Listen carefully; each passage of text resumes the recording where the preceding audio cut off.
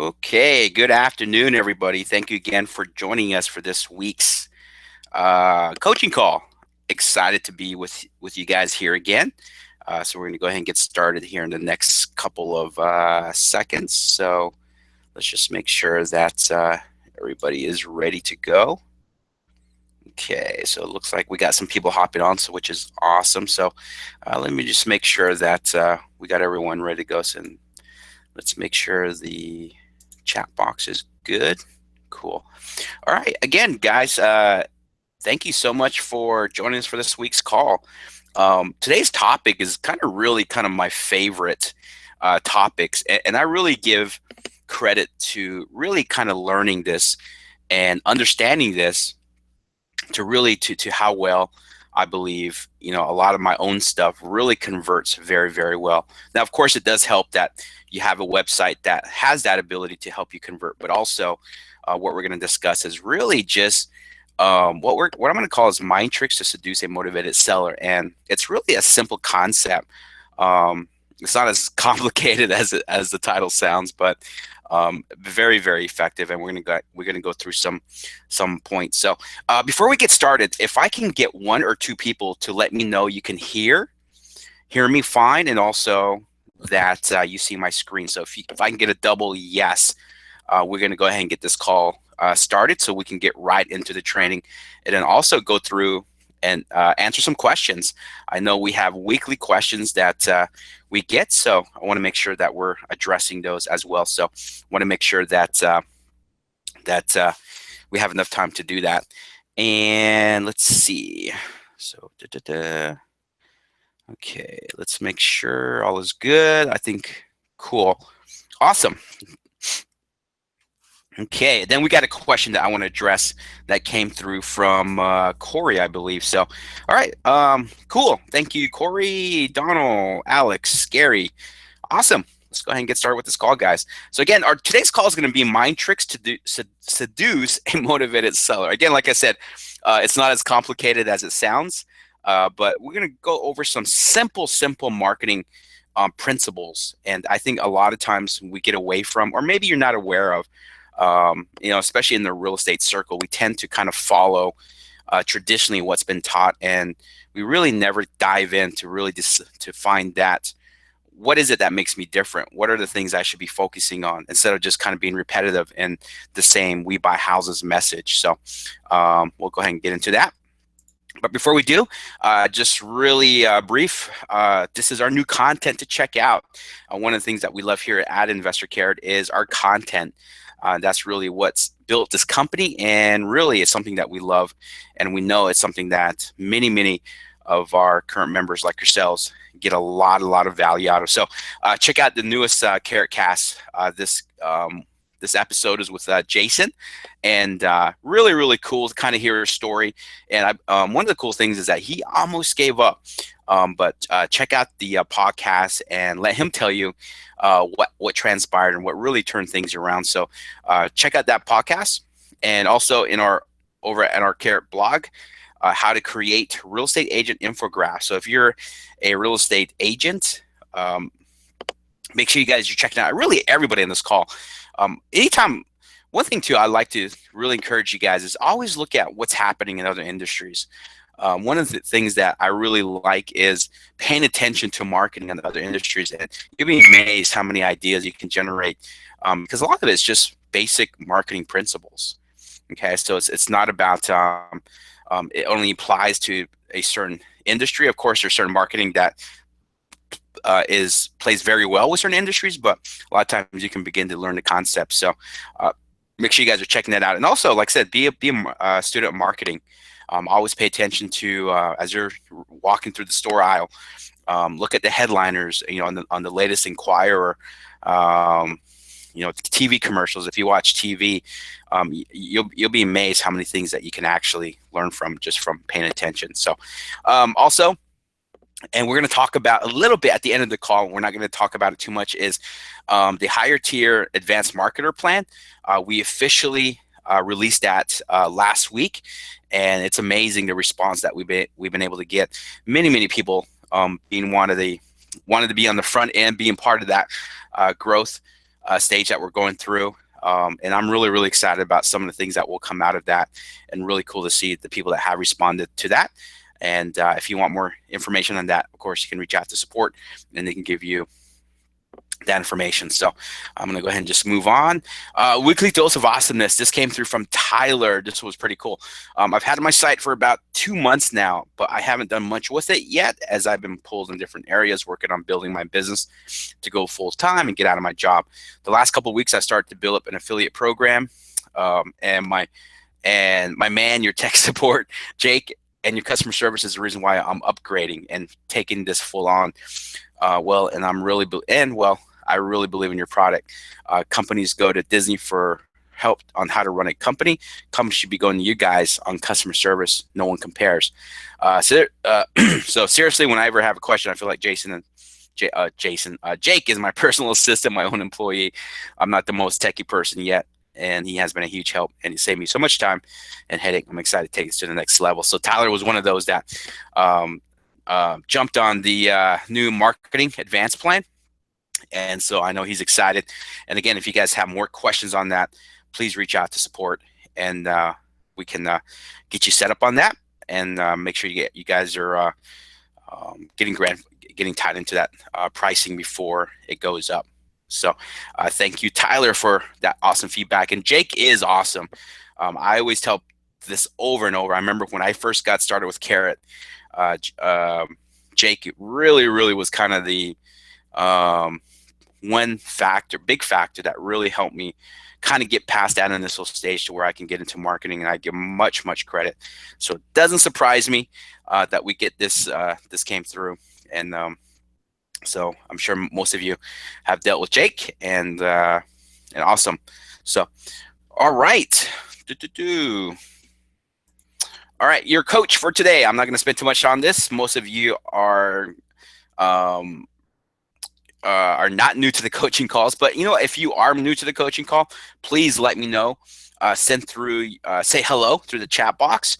Let me know your name and where you're jumping on the call from. We want to welcome you in to the coaching call. But my name is Adrian Nez. I am Investor Carrot's customer success hero.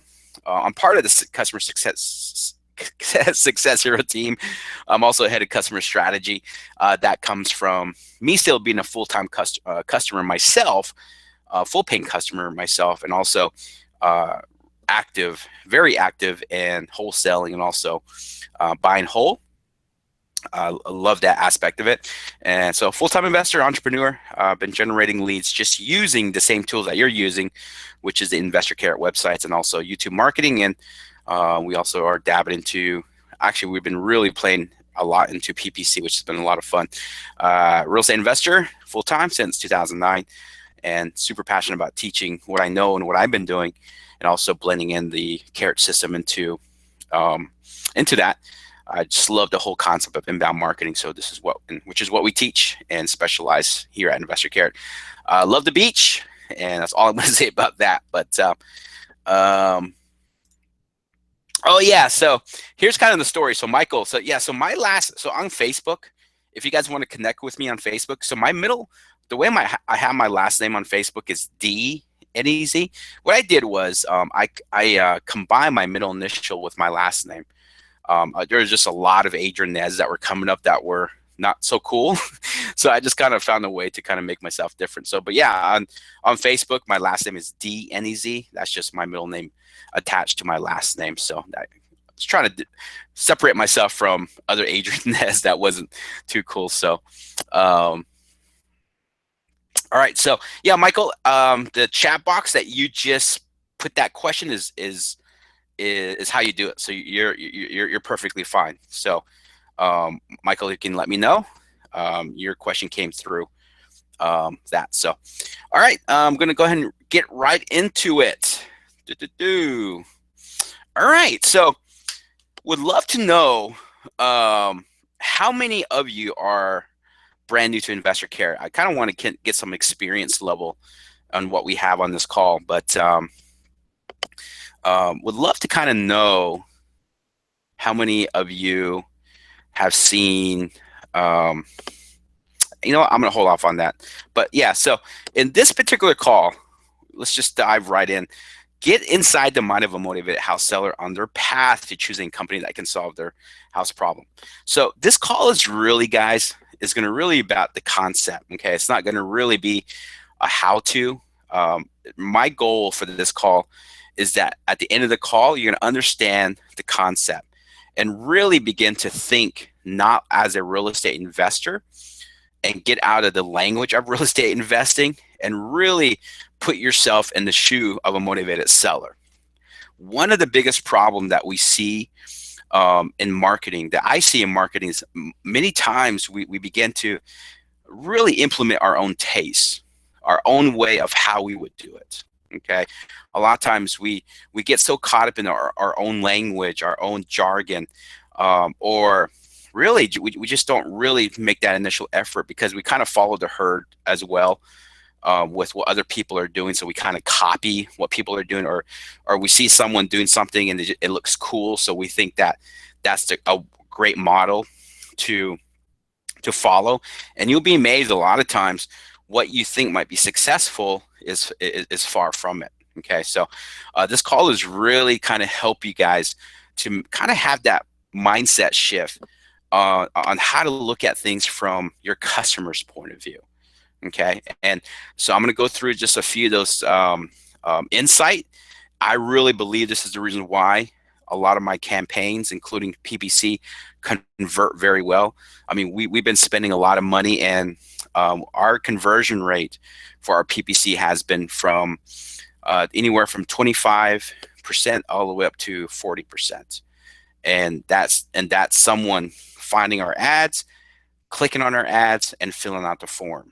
Okay, so now a big part of that is because of the investor carrot site we use. It's very easy, but also it's blending in, it's baking in what we're going to talk about today is understanding the motivated seller, how to seduce them in a way to where they feel most comfortable with you, how they trust you the most, and how they have that confidence that you're going to be the person that's going to follow through with what you say that you're going to do.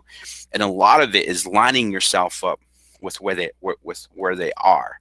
Okay, so that's going to be our topic. So yeah, Michael, welcome. Michael said I'm a brand new member and not tech savvy at all. You don't have to be tech savvy, but you definitely want to be good at marketing. So the technical stuff, the team here can get you past that.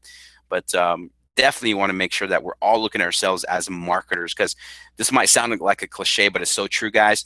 We're not in the real estate business. We're in the marketing business. So in order to be successful in marketing, you have to know the minds, the emotions, the pain of who you're trying to target. In this case, a motivated seller.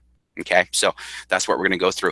Now, today's call was actually inspired by a recent blog post that we did on our blog post.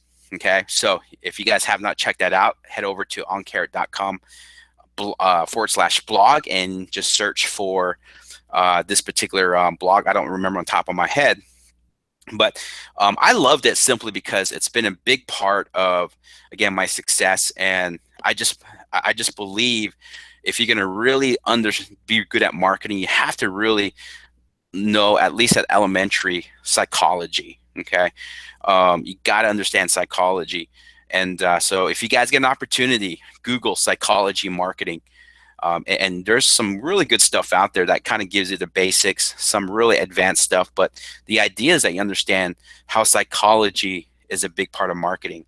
Okay, so again, check out a little bit more in depth, and I'm going to put a different spin to it on this call. But check out that blog post if you guys have not yet. But the blog post we did was, it talks about the 5-stage process that all motivated house sellers ponder. Okay, as they sell their house. Okay, and we have to understand. Now, here's kind of, if you guys have a paper and pen, one thing that I would really encourage you guys is take some notes. If you guys have to use some type of maybe ever I use it, but I don't even know what it's called. Take out some notes. I'm going to have you guys take some, and we're going to do a little bit of a test maybe at the end. Evernote. So excuse me. Excuse me. Allergies. So so one of the things I really want you guys to take notes on, and I'm going to give you some notes, some things I'm going to say that I want you guys to write down. Okay, and this is something you should always have in front of you. And these are principles that's going to help you not just with your website, but your Craigslist ads, okay, your Facebook ads, and even your PPC ads, because all this applies no matter where you're marketing. Okay, because at the end of the day, it's really how you communicate, what solution you provide. Okay, remember, people. I love the saying, "You're not selling a product or a service. You're selling results." And that is so true, is that you're providing a solution. Okay, you're not in the we're not in the house buying um, business, guys. We're in the business of helping people eliminate that headache, that financial stress. Okay, so that's the mentality that you have to have. And here's the one thing that I want you guys to write down is our job is to create the least to create the easiest possible path, from where they are to you. Okay. And that's one of the things I love about Investor Care, because on the technical side, the website does that. If you guys really look at your website, everything you see on your website has purpose. There's a reason why we have a form above the fold.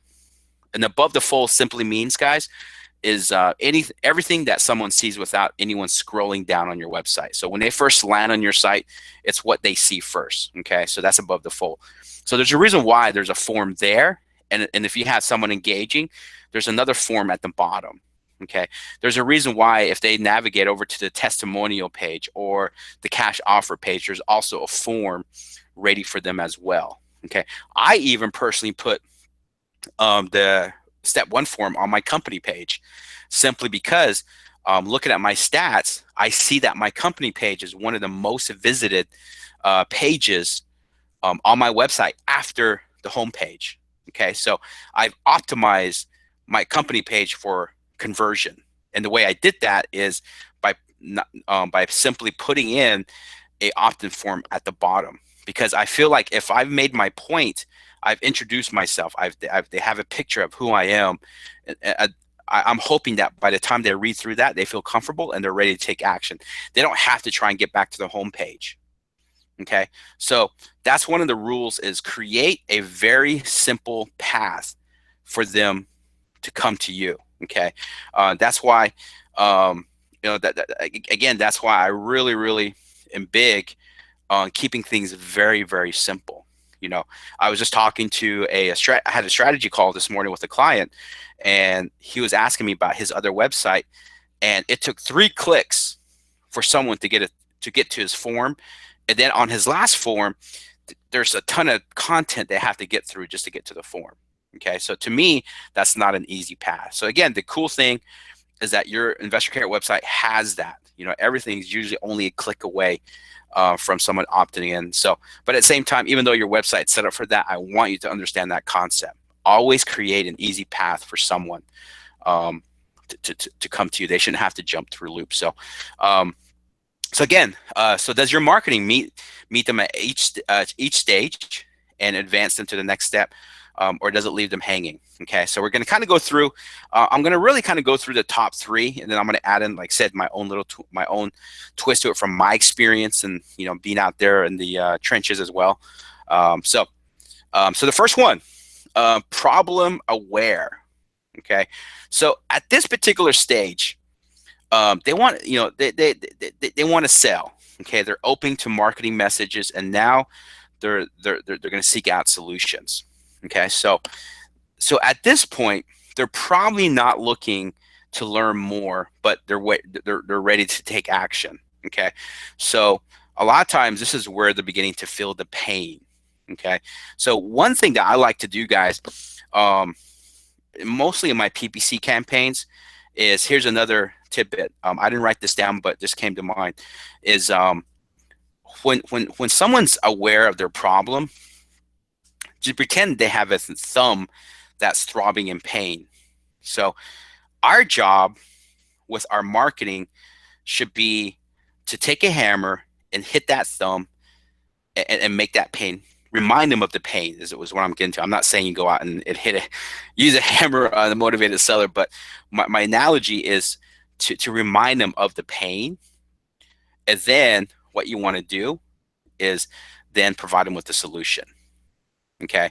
One of the reason why I really emphasize that, I think a lot of times we say too much how we buy houses, how we can close fast, how we offer cash. Okay. So and those have worked, so I'm not saying they're not effective. And that is the core of as far as the service that we provide. But we just don't want to get stuck there, because if you're in a competitive market, if you got a bunch of other investors, you're just in a competitive market and everyone's saying the same thing, what's going to happen? The one that's going to get the deal is the one that's willing to pay the most, right? So, and a lot of times people say, well, I don't have those deep pockets, and then I just tell them, be a better marketer, learn to communicate, because it's all about establishing that trust. Okay. So that's one of the things I want you to write down. Another thing to write down is, again, remind them of the pain and then make the transition to solution. So, and then now, I should have made a graph for it, but one thing I like to do is just imagine that, again, they have their thumb is in pain, and basically you're reminding of that pain by taking a hammer and hitting their thumb again, and then you sell them the Band-Aid or the soothing cream or whatever, right? So that's really where you want to understand this is their problem. Okay. So, and this is the reason why I love Google, guys. I love Google because when someone is aware of their problem, now they're going to go seek that solution. And typically, at least online, if someone's proactively looking for a solution, people turn to Google. That's where I focus all my time on Google. I really don't do much Craigslist nor Facebook. Again, not to say they don't work. Just ideally, I like to focus all my efforts toward the majority of the people are going, and I'm simply positioning myself. I'm not having to create new traffic. I'm just positioning myself where people are turning to, which is Google. Okay, especially someone who's in that problem aware. Okay, so that's what prompts them to do a search. Or let's say that they saw a abandoned sign. What happens? They don't remember the phone number or the website that was on the abandoned sign. So the phrase "we buy houses" is something that's stuck in their mind. And what happens? They go online and do a search for that. That's why "we buy houses" is such a popular term online, because especially if you're in a market that's saturated with them. Okay, so again, they want to sell, are open to marketing messages, and now are seeking out solutions. Okay, so again, the idea is get into the heads of someone in that stage. Okay, because all you want to do is just kind of put yourself in front of them at that right moment. Okay, so, and Problem Aware would be what will help you do that. So, so again, right here at this stage, the motivated seller is thinking, I need to get this house sold like soon. So this is what someone becomes a motivated seller, right? Someone who needs to sell right away. Or maybe they have a house that just needs a lot of fixing, and they just know that listing with a realtor just doesn't make sense. Okay, so again, back to what I said, positioning yourself, or in the way I have it here, is get in front of where they're searching. Which again, we love Google. So most of you are implementing the 3 lead per day training. That's what you're doing. That's the objective with the 3 lead per day training, is that you're simply positioning yourself where you need to be, which is page 1. Okay, which is page 1, and it's because without being on page 1, guys, you're not going to get those leads. The misunderstanding with SEO is that just because you're doing SEO doesn't mean that you're going to generate leads. It's all about positioning. Okay, and positioning is being on page 1, because most people will not go past page 1, and nor, this is crazy, there's a lot of people don't even know there's a page 2. Okay, so again, this is all psychology. Okay, in a lot of ways you may not be seeing it, but this is all psychology. Okay, so got to be aware of the problem. So be aware of their problems, what I meant to say. So It's simply position yourself in front of them. Okay, so now here's the other thing too. So I'm not discouraging Facebook. Um, I'm not discouraging Craigslist. So to be successful with, how many guys are doing Craigslist and Facebook marketing right now? If there is some people and you let me know, I can cover some insight on Facebook and Craigslist. If not, I'll just go ahead and move on. And while I'm waiting for a quick second, I'm getting a drink of water.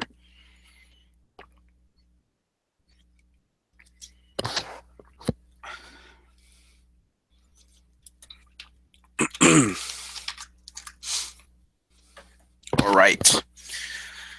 Okay. Hey, Charles. Charles, great to have you on the call. Okay.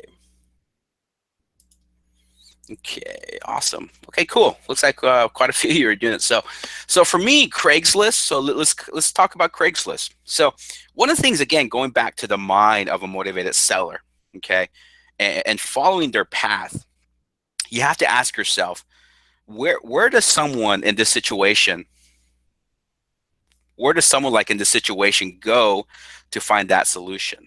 Okay, the reason why Google is so effective is because Google has become the new yellow pages of our time. You know, like my parents and my grandparents, uh, they didn't have Google, but they had the yellow pages. You know, they had the phone book, right? So naturally, I think our society is so trained. There's always going to be that resource that someone turns to that provides them instant information. Okay, so maybe 10, 20 years ago, if your pipes burst, first thing you did was you picked up the phone book. You look for a plumber, right? And so now that's kind of made that transition to Google or search engines. Google is the big one. Is now people turn to Google as the phone book. Okay, so again, when you understand a motivated seller, you will begin to see where exactly they're going. So now you got to ask yourself this question. Okay, well, if you had it to sell your house fast, would you go to Craigslist? Okay, would you go to Craigslist? And you got to ask yourself this question: what is Craigslist? What type of platform is Craigslist? Right? Craigslist is where people post to sell something, and people go to the website to buy something. Okay, so if a motivated seller is looking to sell their house, what do you think they're going to do? Okay, they're probably going to post an ad. They're probably not subconsciously going to go look to Craigslist as a way, hey, let me see if I can find a buyer there. If they do have that thought process, they're placing an ad, but they're not going through Craigslist like a phone book to find a solution. Okay, because for the most part, unless people are manipulating ads, people are not putting themselves there as a solution. Now, of course, we as real estate investors, we do that. We're placing ads saying, hey, we buy houses, right? But we're trying to treat Craigslist as a phone book, and it's really not a phone book. Okay, so again, I'm not saying that's not effective. I know investors who have closed many deals, but again, a lot of it has to depend on your local market. So you just got to test it. But again, it's where is your customer typically in the masses going. Okay, and Craigslist is just not that. That's why if you notice, guys, you can place an ad for for cash buyers or rent to own on Craigslist and kill it and generate a ton of leads, but then motivated sellers, nothing. Okay, it's just simply because one's really a seller and one's a buyer. Okay, and what does Craigslist tend to cater to? They cater to buyers. Okay, so again, so for me, Craigslist is great for prospecting, not necessarily positioning. Okay, prospecting meaning you're probably going to make cold calls. You know, I know some good investors that they call every for sale by owner and every for rent ad, and just see if and they just prospect to see if there might be one particular one particular buyer that might be motivated, or seller that might be motivated. So they're prospecting. They're not waiting for someone to respond to an ad. They're prospecting by making cold calls. Okay, so Craigslist is great for prospecting when it comes to motivated sellers. Okay, but awesome and easy when it comes to finding cash buyers or tenant buyers. So there's a reason why one works so well and why one doesn't work so well. Again, that's not to take away from it not being effective. I think when you're starting out, you need to do everything. You need to get marketing out there. You need to place ads. You need to also make cold calls. Okay, so again, I'm not taking away from Craigslist. I'm just saying ideally, okay, it's about leveraging your time and your effort, especially if that's limited. Okay, so yes, John, that is the right place for your comments and questions. Okay, so what I want to do, so now with Facebook, okay, so Facebook, again, going back to psychology and understanding the platform. So Facebook to me is more of a coffee shop. Okay, people don't go to a coffee shop ideally to find a solution. They go there just to hang out, just to, I don't know, relax, whatever. They're not going there ideally to find a solution. Okay, now it doesn't mean that you're not going to find sellers. You just have to be more patient with it. So here's a real life example, guys. So I went to the so real quick backstory. So I have a 2010 BMW 5 Series, and my warranty just expired. Okay, so the cool thing is that I no longer have to go to the dealership, because if you go to outside the dealership during the warranty,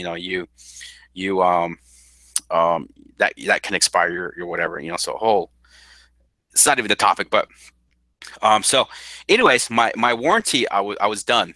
Okay, so I knew in the back of my mind that, man, I need to go find a local garage or auto place that specializes in imports, or better yet, BMWs. So so I knew that I had to do that, right? So anyways, so I happened to go to the gym.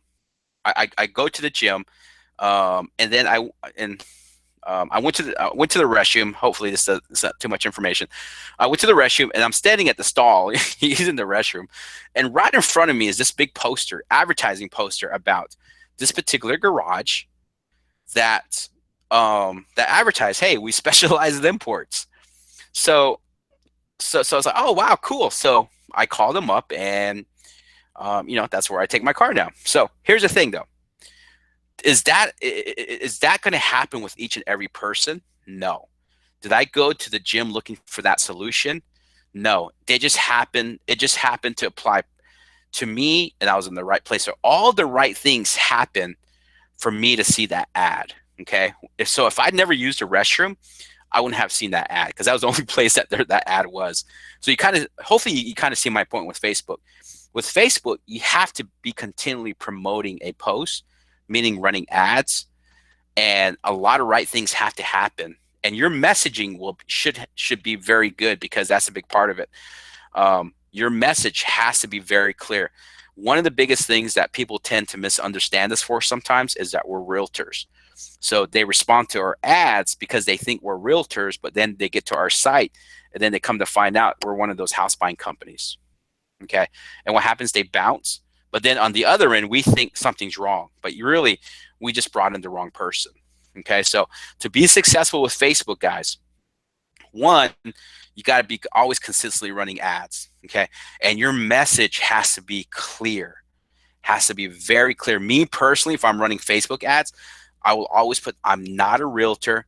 We're a local house buying company who specializes in buying houses as is. So you see how there's no confusion.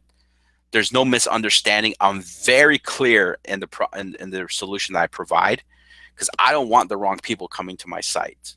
Okay, that's costing me money, and then it's also affecting my my bounce rate too, possibly, because the behavior of how people interact on your website also can have an impact on your SEO.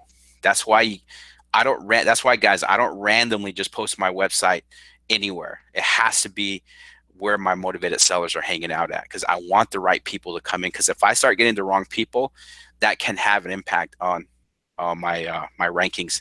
So in some weird way indirectly has an impact on your SEO. Okay, so with Facebook, again, all the right things have to happen before you really before you get that lead, and plus you will have to reach a heck of a lot more people to find that one solid lead. So that's what I mean. You got to be patient. That's why I love Google. Google, it might just take that one person coming to my site that's a solid lead, to where Facebook, you might have to, it might take reaching 200 people before you find that one solid lead. So that's what I mean by being patient. It's just two separate platforms, and people interact with each platform differently. So you can't expect the same results. Okay. Does that make sense, guys, with both Craigslist and Facebook? Please, let's have you guys get involved with this call. Okay, so let me know that helped. Okay, did that make sense, or does anybody have any further questions regarding Craigslist or Facebook? And hopefully, maybe some of the things you've been experiencing, maybe this clarifies why you may be struggling with it, or maybe you had unfair expectations. Okay, so hopefully the analogy of, it's a true story, but I hope me finding that ad in the gym restroom also kind of parallels and what I was trying to communicate on how Facebook is at, or how Facebook is. That's why I like Google, because Google, people are actively, consciously looking for a solution. They're looking for you. Okay. So John, great question. So yeah, Facebook retargeting is a whole different story, and I love retargeting Facebook ads. Okay, so you're probably thinking, wait a minute, Adrian, you're telling me on one hand that you don't like Facebook, ideally, not to say it doesn't work, ideally, but you love Facebook retargeting. Retargeting is a whole different scenario. I like to look at this, and I love analogies, guys. Hopefully that analogies help you guys to better understand. I don't like to throw technical terms out to you guys, so I like to use analogies. So the way I like to use why Facebook retargeting is so effective is, one, because you're targeting someone who's already been to your site. Okay, so they kind of know you. Okay, unless they go to a bunch of other websites, which happens. But here's the thing: you're targeting someone you know for a fact that is already interested, that needs your service. Okay, so that throws out that equation that we've been talking about. Okay, so, and the reason why Facebook is where we're targeting is so popular is because that's just where the crowd is at. Okay, so remember how I said Facebook is kind of like a coffee shop? So it's kind of, pretend you're a repo man. You know where this person is hanging out at, so that's where you go. So it's kind of the same thing. You're kind of like a repo man. You're simply you're simply finding the person that's visited you. You just know where they are, and Facebook just is right now where everybody's at. So that's why. So if Twitter was like the platform right now, we'd be talking about Twitter retargeting. Okay, but it's just that what makes Facebook is so effective with retargeting is, one, it's easy to identify where someone who's been to your site is already hanging out. So you're kind of like the repo man, because if you're a repo man, you know where someone works, right? And you're just simply going there and doing what you do. So, so great question. Michael, is Facebook call? Well, Facebook has their own version of pay-per-click. Okay, so both Google AdWords and Facebook, they do use the same terminology because the terminology is universal. So one terminology is not tied into just Facebook nor pay-per-click. They use both the same terminology because it's a way to measure.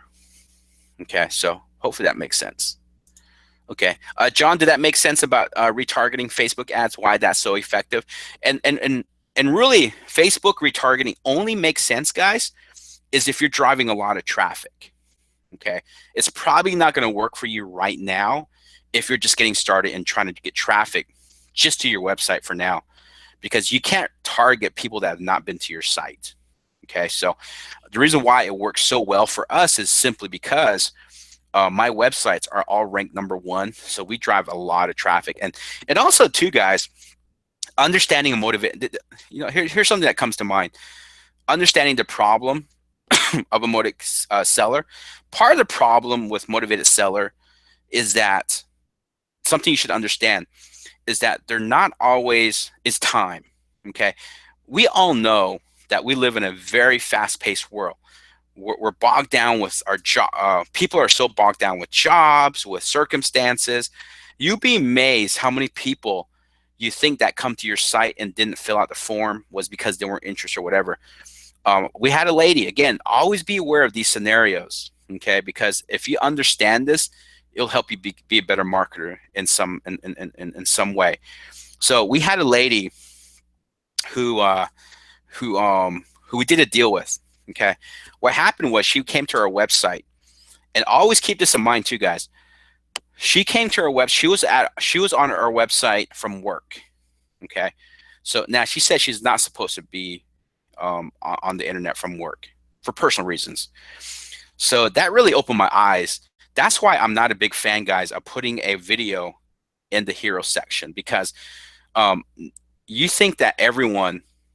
The problem is one mistake that you make is thinking that everyone is jumping on your website from home, where it's convenient. But that's not the case. People are jumping on websites from work, from the library, from their cell phone. Maybe they're on a bus. Maybe they're waiting for the bus, right? Maybe they're sitting in an unemployment line, you know. So not everyone has that convenience to watch a video, even though video is great. Okay, sometimes people are scanning your information. That's not saying that you cut back on your content. I'm just saying be aware that sometimes people have to just scan your content. That's why it's so important to be precise. And I'm going to go through that here in the next slide. Is understand that people are not always looking at your website from home. Okay, and that should really help you guys understand why maybe some people don't convert right away. That's why you have to have a good follow-up system, and doing retargeting is a great way to do that. So anyways, this lady, she said that she went on our website from work and she was ready to fill out the form, and at the last moment she had to do a task, and that task led to some other things, came to lunch. It just, at the end of the day, she just forgot about what she had to do, even though it was very important. She got home. She said she jumped on her tablet, and then she saw our sign. She saw our ad, and she said she was so thankful because she said that, "Thank you for finding me again." Okay, so that really opened my eyes that sometimes we think people don't convert just because something, or let's say something was wrong with the website, or other reasons why we think. Sometimes it's just they're not in the most convenient place at that particular time. That's why I love retargeting. Okay, so we were able to we were able to help her find us again. Remember what I said back again at the beginning of the call? It's about creating the easiest path. Okay, the easiest path for them to connect with you. Okay, so okay, so retargeting is very, very good. Very, very good. Okay. All right. Cool. All right. So let's move on. I spent a lot of time on that, but hopefully it helps, guys. Let's get some feedback. Let me know that this stuff is helping and you're learning, because we don't want to cover stuff that's not going to help you guys today. You know, we're not about fluff. We want to make sure that everything that we're talking about today is something you guys can implement. But I want to make sure you guys are comprehending as well. Okay. So here's another reason why it's very, very important. When someone is open to marketing message, remember, they have a problem that they're aware of. And usually I don't like to put a lot of text in this slide. Most of you probably can't read this, but I'm going to read it to you. So remember, they're problem aware. And this one kind of goes into the next part as well. So they want to sell or are open to marketing messages, right? So did you guys know that, well, let me just read this statistic that I found. And I've known this for a while, and this has been a big part of my ads. So the U.S. Department of Education clearly indicates that the average American people still read and I don't know how to say that word, assimilate information at a basic eighth, eighth or seventh grade level. So if you want to improve your convert, and I put these notes in here. So if you want to convert, so if you want to improve your conversion rates, you have to present your products, your brand of services in a concise, reader-oriented manner without relying on necessary explanations. Okay, that can't be understood by eighth grade or seventh graders. Wow, that's powerful, guys. That means you got to keep it simple. Keep it simple. Um, that's why, remember, and I'm sure this makes more sense now to those of you that have been on the calls that I tend to do. Remember how I say that I don't like to use fancy words? Remember, a lot of you have probably done the strategy call with me. If you haven't, you guys need to. But remember how I said stay away from words like group or investments or realtors, or words that are really kind of can create a barrier or misunderstanding, or it's just or it's just too fancy. Okay, that's why you always want to write your content base at what is easy to read. Okay, and one of the most unused tools that is used, guys, let me bring it up. Most of you probably didn't notice.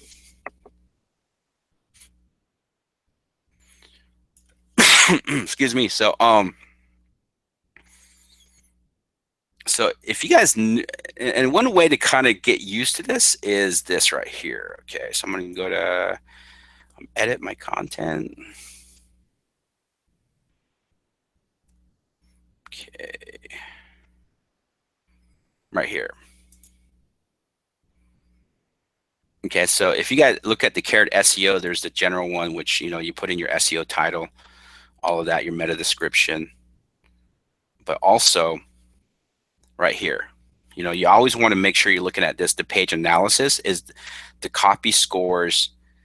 It gives you a reading ease test. Okay, how easy is it for your content to be read? Okay, so now part of it may not pick up what you're trying to do, but here's my point, guys. You got to make it simple. Okay, that's why if you guys look at my website, and please, guys, don't copy any of the stuff I'm doing. Um, because, and let me tell you why I should have said this first. I'm not a big fan of people copying my website. Not that I don't mind being of help, or you always hear don't invent the wheel. The reason why I'm against copying anything, guys, is because you're doing yourself this justice from not figuring out yourself. Okay, if you just copy what other people are doing, you're doing your mind, your most powerful tool, a disservice when you're not putting it to work, when you're not figuring out what might work best in your market. Like right here, I see so many people doing this, which I don't mind at all. But the only reason why I do this, where I say is to sell your house fast and be done, is because when I talk to motivated sellers in this market, that tends to be a really common word that people say. But people are not telling me that in Ohio. People are not telling me that in North Carolina. I did it because this has been the common word that we hear in this market. That's why we put it in here. Okay, we also here, you see how I don't put Pittsburgh real estate investors. I put cash buyers. Okay, we buy houses as is, no contingencies. Now I will admit, I probably wouldn't use the word contingencies because that's just way too formal. So I will admit that. Or I also, hopefully that maybe someone does research and says, what's contingencies? Okay, so, but that's kind of a risk. Okay, but you see how above the fold, just what people see, is kept very, very simple. I don't load this up with more information than I have to. I keep this simple. Pittsburgh, they're a proud blue collar city, so that's why I put a picture of downtown. Normally, I like to use a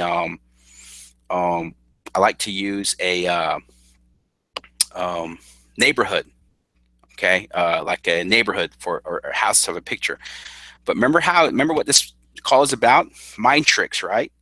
One of the best way to seduce a motivated seller is to show that you're one of them. Okay, write that down, guys. Make your seller feel like you're one of them. Okay, I know that Pittsburgh. Remember what I said? The medium price point is very low. It's a blue collar city. People are just really down to earth, and I want to keep it as simple as possible. Knowing that, remember the average reading level of our country. Okay, and so I'm enticing them. I'm seducing them by saying, "Hey, I'm one of you." By putting a nice picture of downtown, which is what they're proud of that. Also, right here, showing them something they're familiar with. Okay, people tend to trust what they're familiar with. Okay, so I'm seducing them. If you go to my company page, okay, what happens? I'm seducing them. I'm putting a headliner up top in my company page. I want it to be loud and clear in that center. We promise to treat you with respect because that's how we want to be treated. I'm seducing them. Okay. All right. And then when I come here, look at this picture. Even though it's what's the word? Obstructive view. Trust me, someone here locally in Pittsburgh or they're locally in Pittsburgh, even though it doesn't say Pittsburgh Zoo, someone local to the market, they know that's the Pittsburgh Zoo. You know, how many times have you guys seen monuments that is not clear to the normal person, but you just know what it is because you're familiar with that area, right? So remember, words play a big role. Communication, images play a big role. Okay, so right there is another thing that I did strategically. Okay, and right here, remember what I said? I put a form. So if I've said the right things, they like what I'm about. They see that I'm local. Now they're ready to take action. Now I'm saying, okay, here's a form. Okay. So again, back to seducing a motivated seller, and it's just simply through how you communicate with them. That's why this website converts so easy. So I shouldn't say so easy, but converts very well. Okay. This is, we convert very, very well. Okay. So, and we just make it clear. And right here too, I don't put my video up here because remember what I said. I wanted to make it cute, but I put the video down below, but I also make a note up here. Okay. And I give clear call to action. Scroll down to watch our video. Okay. Right here, promise. I put the word promise in here. Okay. So it's all about seducing them with words. Okay. So, so this is my site, John. This is one of my own sites. I do a lot of wholesaling. So I'm right there with you guys. Okay. So, so hopefully does that help to this point, guys? Do you guys like examples like this and how I'm presenting inside the training? Okay. So again, something to always be aware of. So not just for your website, guys. Again, this goes for your Craigslist ads. This goes for your Facebook ads. If you guys are going to do that, keep their message simple. You know, keep it very, very simple. But at the same time, you need to seduce them with information that the idea, guys, is that you want them to feel like you have the solution. Okay, like you're the person that they need to go to. And just simply saying we buy houses and sell my house fast, all of that is just not going to be enough, especially if you're in a tough competitive market. Okay, so hopefully that helps, guys. Understanding. Does that help you guys? Let's get some feedback. Let's get some you guys engaged with this conversation, just so so we know we're touching the right topic. Okay, so all right. All right. So let's go to the solution. Okay, they're solution aware. At this phase, this house seller is likely thinking, "Oh, cool! It looks like there's options, but how are agents different from investors, and which is the best for me?" Okay. Yes, Corey. This is the place. All right.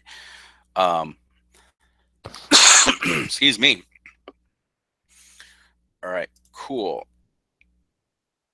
Yeah, and some of you might throw in some questions, so I'll make sure I'll get to you guys for sure. So like Corey, I'll address your question. I think you guys have some questions in here, so cool. Um, all right, so again, this is where the people begin to see that this, okay, is this what I'm looking for? Okay, now when they're solution aware, that's why I'm back to this example, guys. Let's see. Oops. Okay, so now they're solution aware. Now they want to know, you know, that they need to be educated. What makes this different? How can this work for me? And that's one reason why it's all back to communication. So, um, so if you're doing Facebook ads, if you're doing Craigslist ads, it's also saying those things that make the difference. So, for an example, one thing I always say is that we're not agents, and also, because we buy as is, you have more money in your pocket because they're not paying fees, they're not paying commissions. So, and really, in a lot of ways, they are putting more money in their pocket, especially if which is not a bad deal because their property is in such bad shape. Okay, so it's learning how to communicate what is different. Okay, now for the most part, from my experience, most people will know that an investor is probably the best option for them versus an agent. Okay. Especially if they're in the solution aware, because they know, most of them are aware that, especially if the house is outdated, let's say through probate, the house is updated, needs a lot of work. They just don't want anything to do with the property. They just want to sell it quick. They know a realtor takes too much time and plus commissions. For the most part, they know that this is the best solution. Now, it's not a matter of the solution. Now, it's helping them learn the process. How does this work? Okay, is this real? Also, here's the thing too, guys. If they know that your solution, you also need to also take the skeleton out of the closet, meaning don't be shy to say, hey, this is real. This is not a scam. There's no catch. Those are the things that I've begun to communicate in my marketing, is that this is not a scam. This is real. There's no catch here. Okay, because here's the thing too, guys. Is that, remember, when people think of traditional real estate, most people tend to think when people think of real estate, they're thinking in terms of traditional real estate. You have to understand, when they see things that we say, like to me and you, how we do things is so simple because that's what we do, right? But when the everyday person hears that someone can buy their house in 5 days, or someone can pay cash without inspection, remember, there's some red flags that are going up in their heads. Okay, you got to understand, because they're not used to that. For the most part, they're not used to that. So those are the things that you have to address. Okay, that's why I just like to just talk about it. Hey, yes, we really are able to do that. Take a look at our testimonial and find ways to address that, not avoid it. Okay, and if you guys are doing Facebook ads and someone says something negative, address it. Don't delete the message. Okay, address it. I know someone put on my Facebook page, hey, they said, I tried searching for these guys on the Better Business Bureau and they're not there, so I don't think they're trustworthy.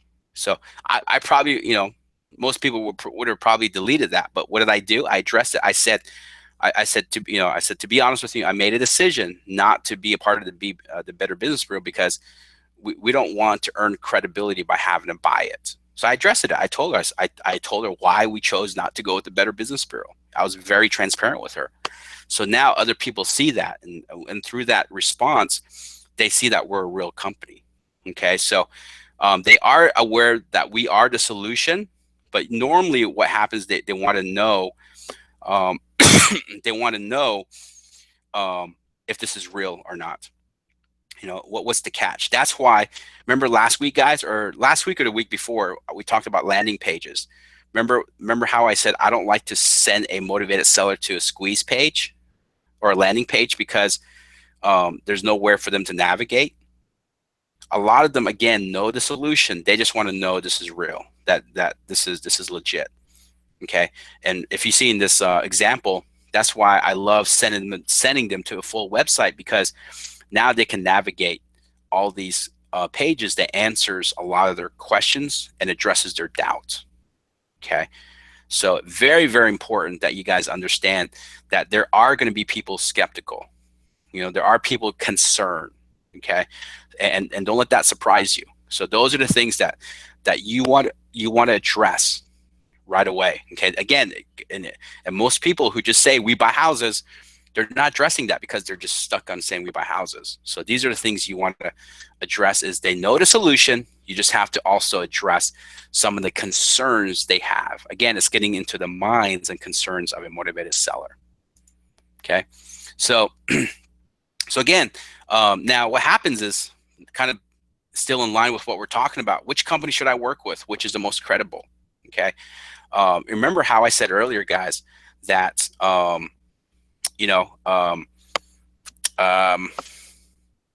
that a lot of times you're going to find people scanning websites.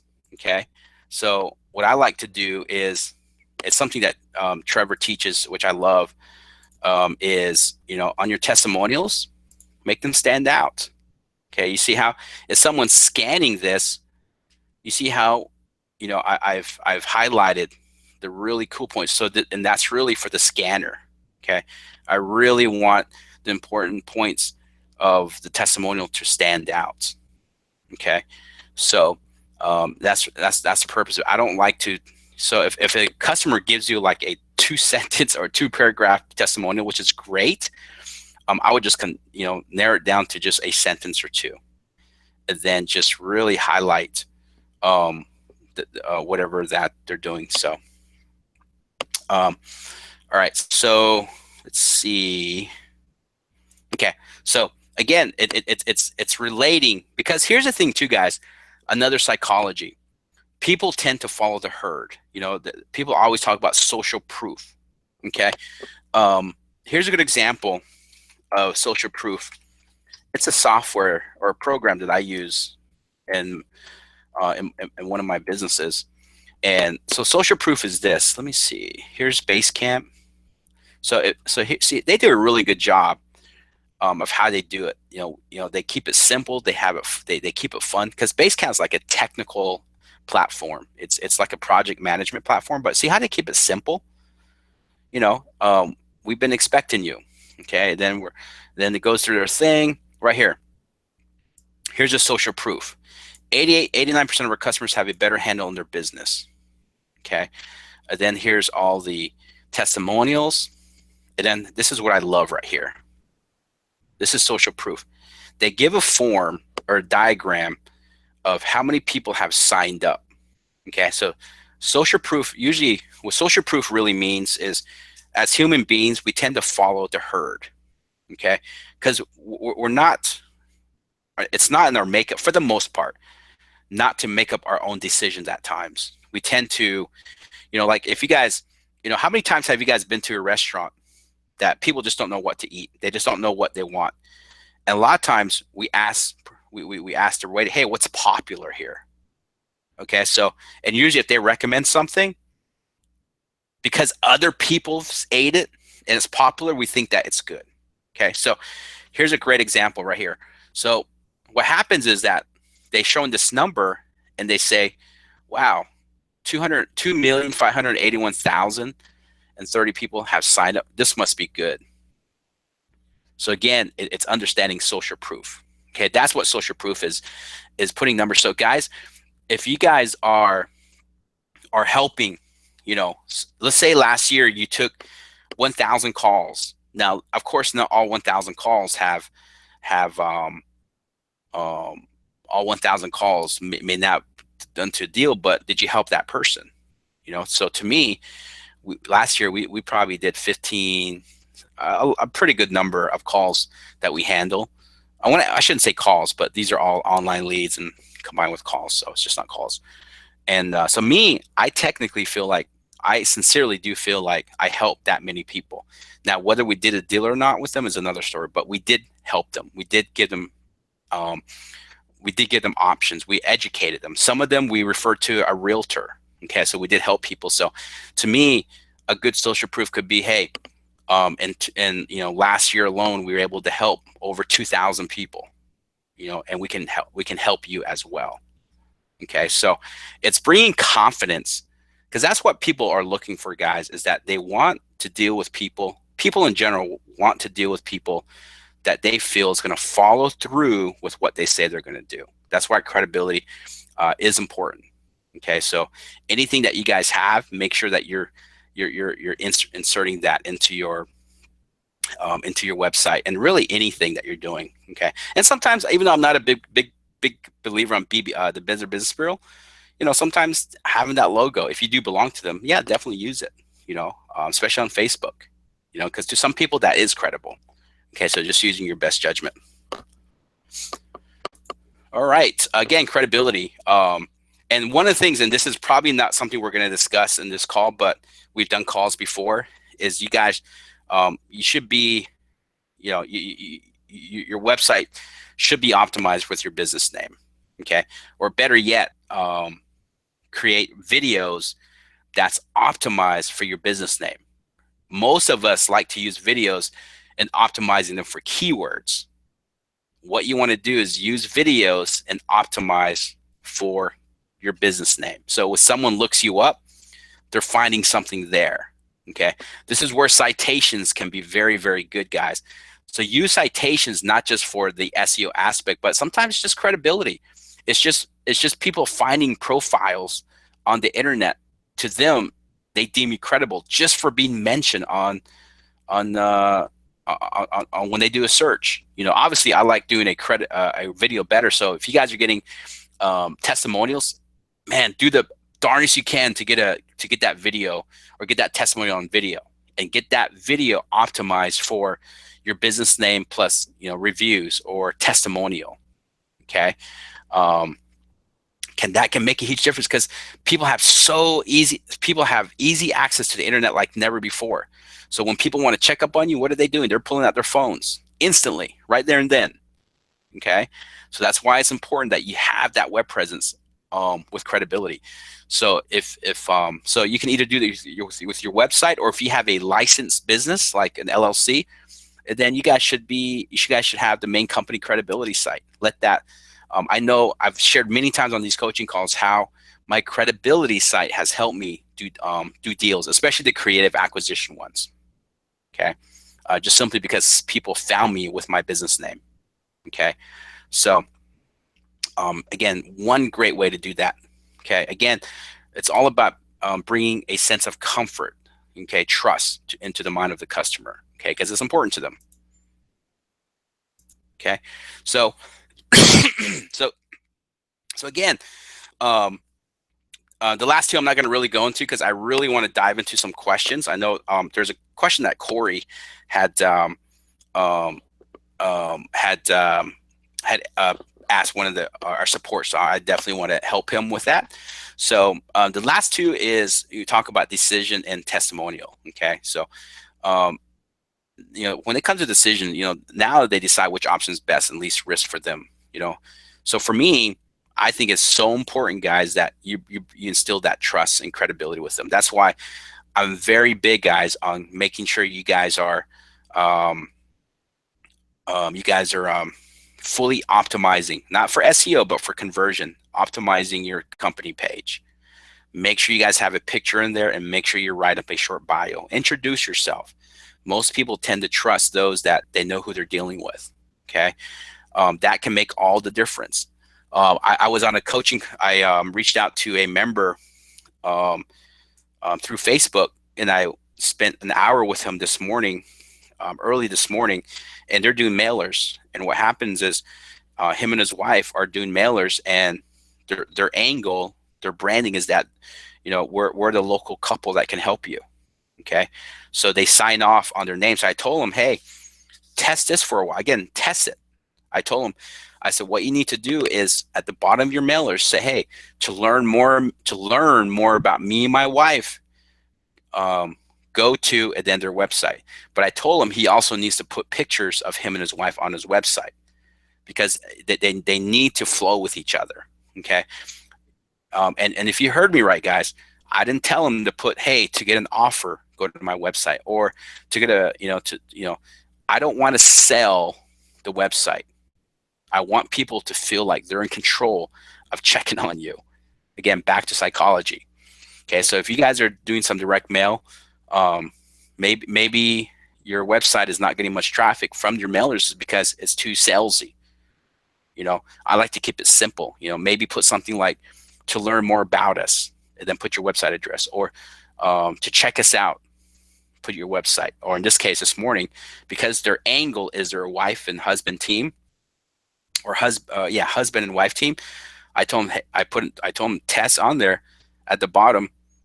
Um, you know, to learn more about me and my wife, go to our, and then go to then to put the website. But they also need to make sure that the website has their branding on there as well, kind of keep that message flowing. Okay. Um, Again, testimonial, man, make sure, guys. I mean, these are some assets that you can really fully utilize going forward. Is um, get a testimonial. Get a testimonial. I'm not a big fan of like probing them to say what they want to say. I personally like to ask them two questions. What was your situation, and what was your experience with my company? That's it. Let them talk. Okay. Because the reason why I ask them, again, back to psychology and getting in the minds of sellers is, and it kind of ties into social proof, is that if a seller can tell their situation, someone out there is going to relate to it. Someone else out there will relate to that story. Okay. And that can make all the difference. And then, of course, the experience is that you came through, and that builds trust in the mind that, wow, these guys it sounds like they follow through with what they say they're going to do. Okay, so that's why I only ask those two questions: is what was your situation, and what was your experience? Okay, so um, yeah, so that's really kind of what I wanted to go through without going too much or become overbearing, or throw too much information. So with that said, I hope this training helped. So please give me some feedback if this training was helpful, if it made sense, and then also any questions you have with this training, regarding this training. And then also what we'll do is we'll go into Q&A, and we'll dive into some questions. And then also I think Corey had a question, which I'm going to address. Corey had submitted a question through support. So let me find that question while I'm waiting for you guys to start dropping your questions. And so I would love, guys, some feedback. Okay, let's get this call, get engaged. Ask questions. That's why we do these calls, guys. Is I would rather have you guys jump on and ask a ton of questions, because that tells me that we're doing what we're supposed to, and it's helpful. So let me find that question that Corey. What is the average time a visit might stay on your website? It's hard to say.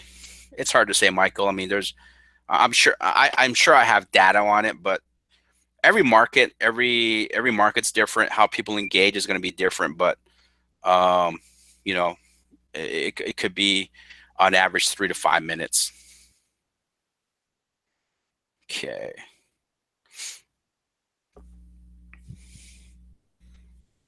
All right. So I'm reading the question that Corey.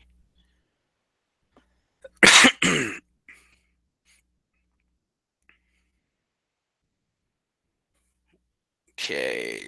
All right, Corey. All right. So I want to have a motivated seller site and cash buyer site. Not sure if a third site website would be better as a company site or rent to own site. The domain is, and also have that's has research. And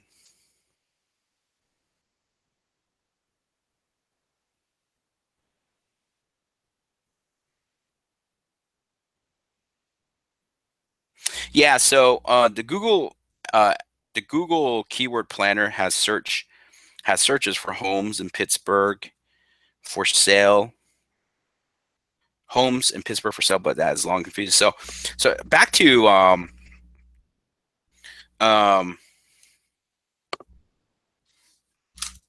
so Corey. So here's the thing, Corey, is that so for me personally, that keyword is not a good keyword. It's not a good phrase. Um, homes in Pittsburgh for sale.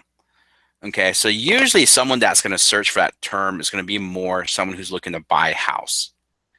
Okay, so that's probably not the best term to look at. Again, one of the things I really hope this call teach you guys is how to think like a motivated seller. Okay, what would someone search for in their situation? And what excuse me, one of the things that I like to do when I get a chance is if I'm talking to a family member, someone who has no lingo understanding of real estate, they don't know what we do, and sometimes I'll just ask questions. Hey, I'm just curious, if you had to sell your house like in the next 24 hours, what would you do? Or if you were to go to Google, what would you type in? And I like to get raw feedback, real data like that. Okay.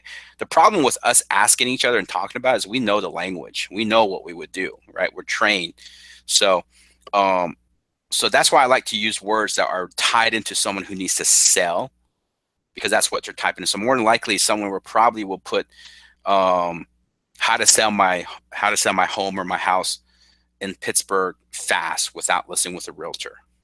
To me, that's a motivated seller, because that's who you want to target. When you start targeting keywords like homes in Pittsburgh for sale, that's probably more for someone as a buyer. Okay. Now, if you're let's say you're trying to optimize your cash buyer site, that's still probably a little bit too broad for me. I probably would go after something more investment homes or investment homes in Pittsburgh for sale or something to that. Okay.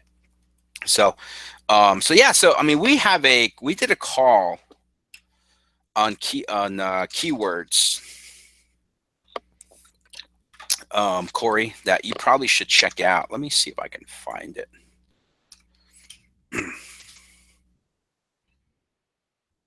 This is the admin, so it looks a little bit different, but if you go into, actually, I'll just send it to you. We did a call on this. It might be very beneficial for you to go back into right here. And I teach a really cool hack on how to use SEMrush for keywords too. A really cool hack. So I'm going to send that to you. It's number 143. Okay. All right. What is number one? What number one way to drive traffic product to your site would be what? SEO. I love SEO and PPC. A lot of people say, well, it didn't work. So sometimes, here's the thing, guys, with SEO, I get this all the time, and it just brought up a good point, is a lot of times SEO, I'm working with a current client who is in a pretty small market, and he's done some backlinks, but his website's just stuck.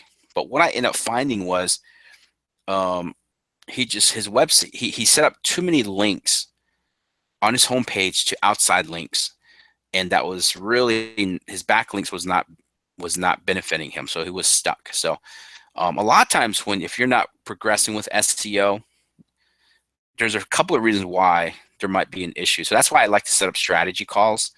Guys, if you guys are stuck on SEO, so if you guys are doing SEO right now and it's been, let's say, 3 months or more, and you feel like you're stuck and just nothing's not happening, guys, set up a strategy call on carrot.com/call. Okay, on carrot.com/call. Then I can kind of evaluate and kind of help identify maybe why. But most times, a lot of people say, well, I went through the 3 lead per day training and nothing yet. The thing with SEO, guys, is that there's going to be some things that you do once and you're done. And there's going to be some stuff that you do on a monthly base, each and every month, like backlinks. Okay. If you guys want to know what backlinks is, go into the 3 lead per day training module 4. Okay, off-page optimization. Okay, so a lot of times with SEO, it's not that you're doing anything wrong, but you just have to do more of it, and you just got to continue doing it. Okay, a lot of people think that something's wrong, and a lot of times it's the level of SEO that you need to do in order to move, because there might be other competition in your market that's doing it more than you are. Okay, so they have an edge on you. You got to just, so now you're just keeping up. You're not overtaking.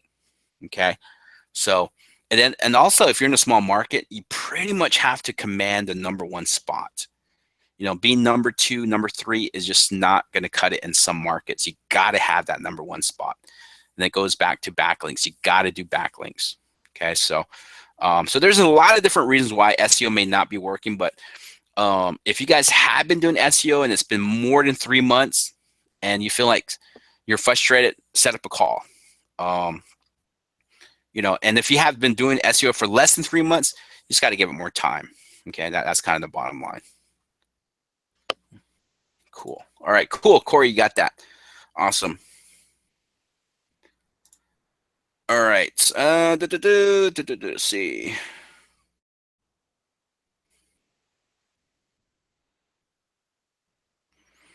Keyword planner. I've discovered that you have to have an AdWords account, but does that mean that you must have an active Google campaign? I create, but it won't let me do anything other than create a campaign. So are you, John, are you trying to do PPC, or are you just trying to come up with some keywords for SEO?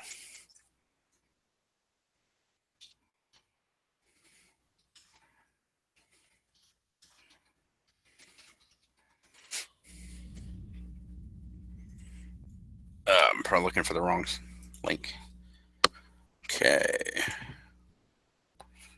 Videos has changed, guys. That's one thing too. Videos, again, it's something I go into pretty in depth in the 3 lead per day training. Is years ago you can just optimize a video, and the chances of you showing up on Google, it was very good. But Google and YouTube has changed a lot in the last couple of years. If you want to be successful in YouTube marketing and using videos, you got to your focus has to now change from not just optimizing your videos, but you have to also optimize your channel. Okay, you should be verifying your channel. You should be putting a photo cover, your profile picture, sending traffic to your channel, not just the video. So you almost have to treat your channel as a website, and you might even have to make some backlinks to your channel and to videos to be effective. It's not as easy as it used to be, because so many people has manipulated YouTube marketing, and now Google just really wants it to be about good user experience, and they want you to focus a lot more on building up your channel, not just videos. Okay, hopefully that helps. Hopefully that makes sense. But the training in the 3 lead per day training is still very, very relevant. It's still very current. I talk a lot about you got to change your focus, not just from video optimization, but also channel optimization. Okay, so hopefully that helps, Michael. Hopefully that helps answer your question. Corey, while building SEO, what is a great short-term? If you got a short-term plan, if you got a budget, PPC. I love PPC. Love it. But you know, depending on your market, it depends. I love PPC. So you probably want to maybe budget 500 to 1,000 a month. You know, so if you don't have the budget for it, then you might have to prospect. You know what I mean? You might have to do some bandit signs. You might have to run some Facebook ads. You know, even though I talk about they may not be the best ideal, you still should be doing it, but you just got to be patient with it. And you just got to be really learn how to create good, effective messages. Okay. So if because you want to create as many channels to get the phone ringing or people to your site. Okay. So, and some of it too is some of the mistake I see people making is that people put too much into trying to get their website to work. exclusively because they hear someone like me say, "Oh, I only do internet marketing. I don't do direct mail. I don't do bandit signs." But here, remember, guys, the first 6 months or so, I had no traffic coming into my website because I was working on the SEO to get started. Okay, so now if I knew better, I probably would have been doing cold calling. I would have been knocking on doors. I might have done some bandit signs just to get some stuff coming in the short term. Okay, so that just depends on your situation, Corey. Hopefully that helps. I know it's not a clear answer, but hopefully that helps, man. Cool, Jeffrey. I was just reading this on the multiple city approach. Okay, and here's why he did his multiple in a different way. Individual websites versus. Well, excuse me. Hold on.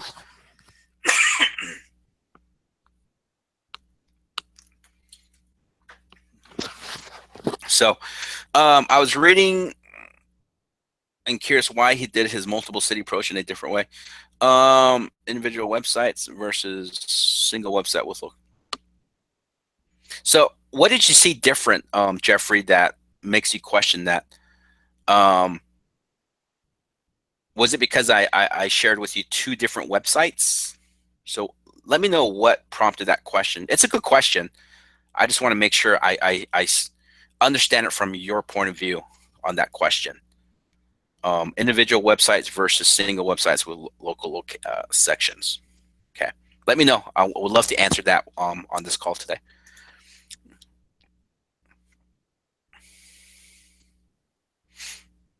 Yeah, so John, I definitely would hop on this call too right here, the one I just shared with let's see here. Let me copy this. All right. Yeah, so John, yeah, check out that call that we did.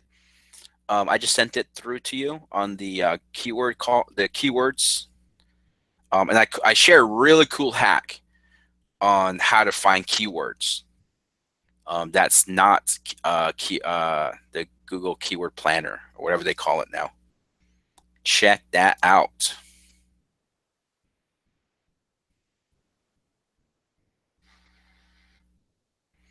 Is there a way to take hard data and let's say list a property somewhat obtain of those properties, which will allow you to target more effectively these owners?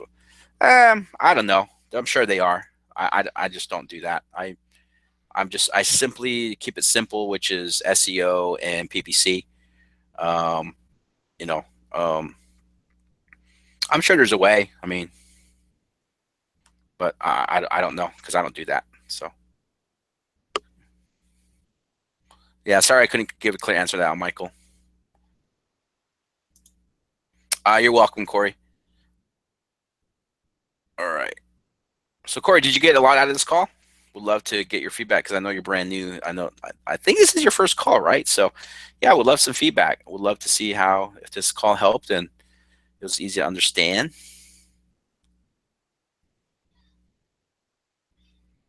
Yeah, so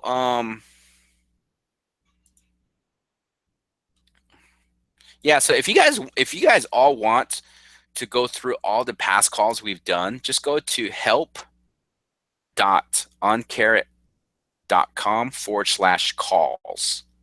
I know it's a long one, guys.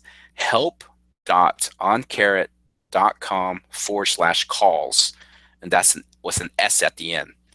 So if you guys want to look at all the previous calls we've done, and we got some really cool topics in here, guys. Like Corey, there's one that we did on how to level the playing field with marketing. If you're just getting started. Um, even John, if you're getting started. So these are some really cool calls that you guys can do.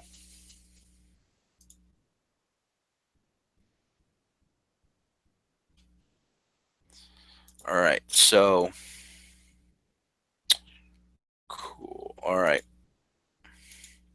Charles, I have to drop for a 3 p.m. call. We'll definitely catch recording. This is excellent. Thank you, Charles. Okay. If someone comes to my site from Google search and I have Facebook retargeting, will a Facebook ad work if only I want it for retargeting? if someone comes to my site from Google search and I have Facebook return, will a Facebook ad work if only I want it for return? I think hopefully I'm answering your question right. Eugene, how you doing, buddy? Yes. So you'll have to set up a retargeting campaign inside Facebook. Um, so if you're getting a good amount of traffic, Google well, excuse me, not Google, Facebook will allow you to do retargeting pretty fast because um, you can't just go to Facebook and just start retargeting because you have to have an audience of at least I think 20 people before you can start running ads. So that's why I'm saying it only makes sense to retargeting is if you've had a lot of people come to your site, good people or good traffic, and then Google not I hate sorry, keep missing my words. Facebook will you have to have an audience built up with at least 20 people before you can start doing retargeting ads. Okay, so if you guys are just not getting traffic, retargeting is you're probably not going to get much out of it because you won't be able to run ads until you get at least 20 people in your audience. Okay. So if you guys are doing this too, like if you guys are doing a lot of direct mail and you're sending people to your site, that's another reason why you should be retargeting as well.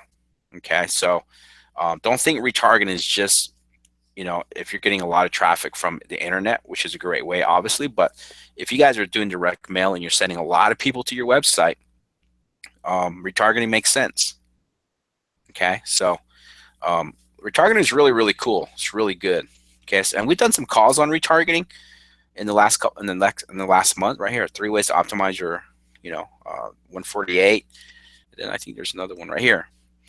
How to Alex went through understanding the pixel and how to effectively use it. So hopefully that helps you, Gene.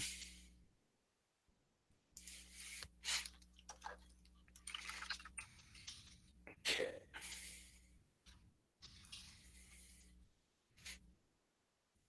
All right. Let me know you got that message, Eugene. All righty.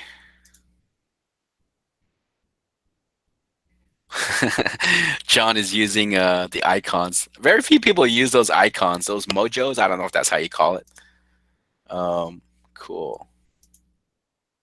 All right. Yeah, cool. Yeah, Michael. And if you end up coming across something like that, Michael, let me know. Would love to learn more about it too. All right.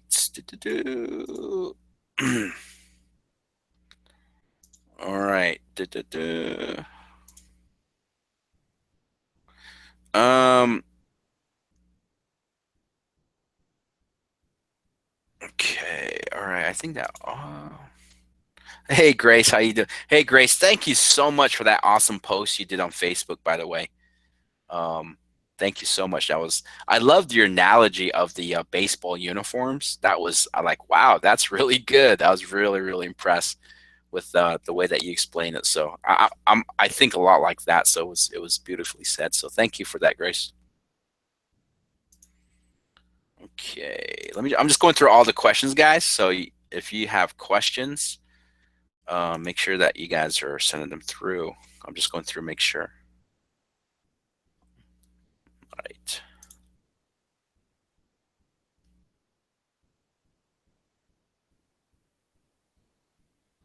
Yeah, I don't want to make it too complicated, Michael. It's just like I said, retargeting is great for those that visited your website. Okay. So, and the way they visit your website could be numerous ways. It could be like someone like me who has my website ranked #1 and I get a lot of traffic and I set up my campaign in Facebook that allows me to target those that been to my website but did not fill out a form. Okay. So I can set up criteria. So the same thing.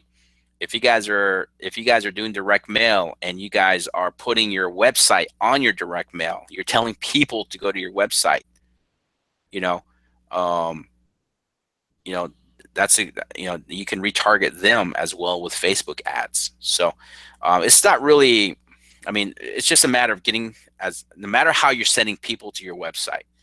If you guys are doing it through SEO or through direct mail, and you guys are sending a lot of traffic, you guys should be doing Facebook retargeting.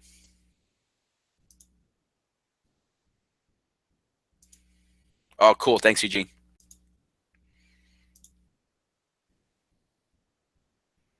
Yeah. So we weren't talking about. Um, it's not that basically it's not you didn't capture their information, Michael. So to me, all I said was if hopefully explain better that way. So I apologize if I maybe missaid it, but yeah. So if you're telling people to go to your website, and let's say they're going to your website, but they're not filling out the form. Anytime you send anybody to your website, regardless of how you do it, whether it's direct mail or SEO, Facebook retargeting is great to do that. Okay, so at no point did anybody give you their information. So hopefully that clarifies that.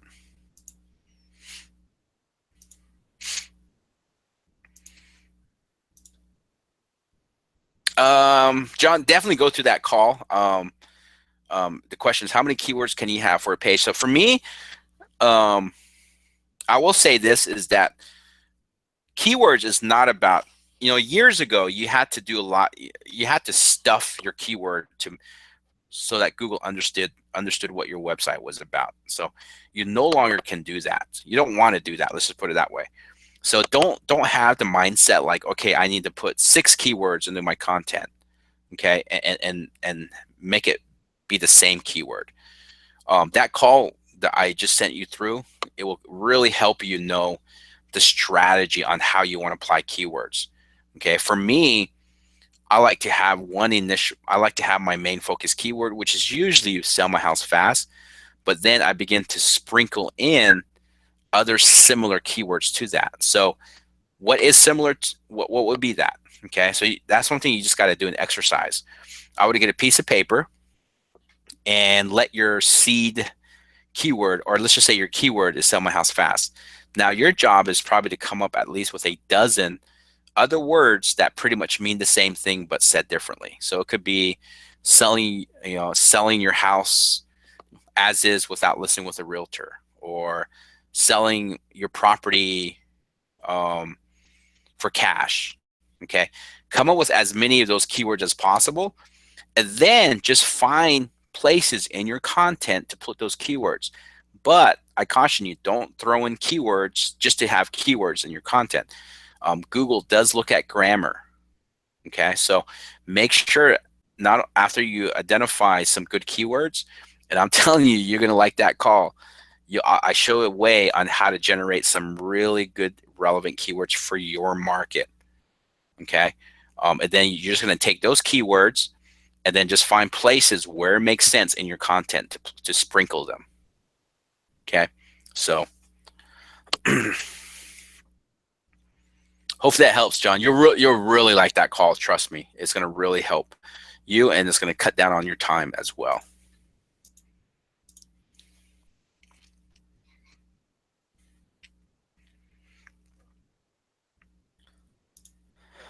Okay, let me just make sure I'm not missing anything.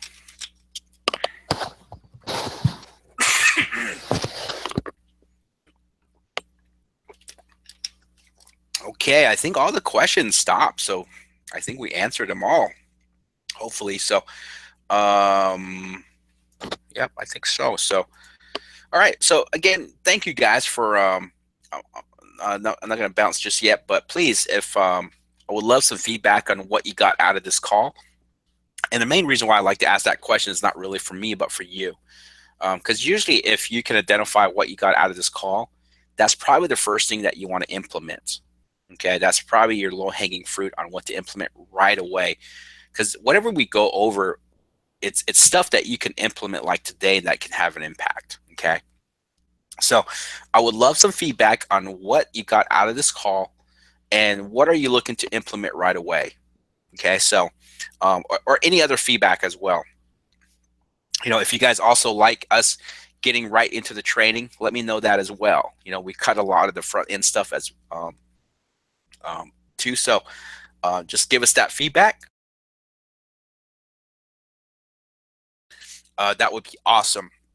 But I'll just give another minute or two before I bounce for any other questions. But in the meantime, I would love feedback. Again, it's not for me, it's for you, because that will help reinforce what you learn. and also help you know what you should be implementing right away. Like as soon as we get off this call, or put it in your calendar. You know what you're looking to implement quickly. Okay, so thanks, guys. Thank you so much, everybody, for taking the time. I know I respect everyone's time. I value your time, and we always want to make sure that these calls are worth that time. So we don't take it lightly. So please, any feedback, anything that we can do better, any ideas to make these calls better, please let us know, and we look forward to it. And congrats to all of you that signed up for the advanced marketing um, package.